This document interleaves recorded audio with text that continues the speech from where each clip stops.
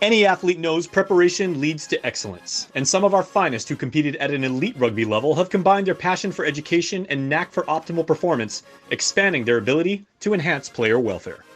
To learn about first aid in rugby, and so all three of us had recently taken that course in providing first aid specific to the sport of rugby sevens and rugby 15s. The second one would be the educator's course. So actually now that we've learned that course itself, being able to provide that course on island. So now we can provide that here on Guam through sponsorship with Custom Fitness, having it here at the facility with the equipment, and training anybody who'd be interested in rugby on how to provide player welfare, promote player welfare during rugby tournament. Tasi Ada, Claros and Team Guam captain Olivia Flores Elliot are among a select group who completed coursework in rugby first aid and in-game triage, as well as being the first locals to attain World Rugby Educator designation. Having it available to the coaches, the refs, any support staff, it doesn't even have to be specific to those individuals. It could be family members, it could be the athletes themselves, and that way there's a standard that we bring to every tournament, and there's a protocol that we are all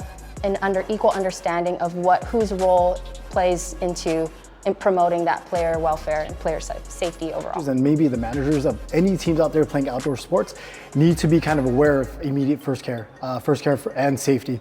Again, we're very fortunate that EMTs are majority on site, but if they're not, what are we going to do? I think that immediate care of the individual or the person that's unresponsive is what we probably need to respond better at. With rugby being such a high-speed contact sport, the potential for injury is ever present, and the range of physiological ailments is extremely broad. Generally, what we'll probably see most likely any type of abrasions, contusions, and then then we have more extreme type of injuries, fractures, open, closed, and then just the general ankle sprains, and then we go to like the ligament sprains and strains and things as well. Third part of that, the courses that we've taken was the ICR, which is the immediate care in rugby, which is meant for kind of professionals.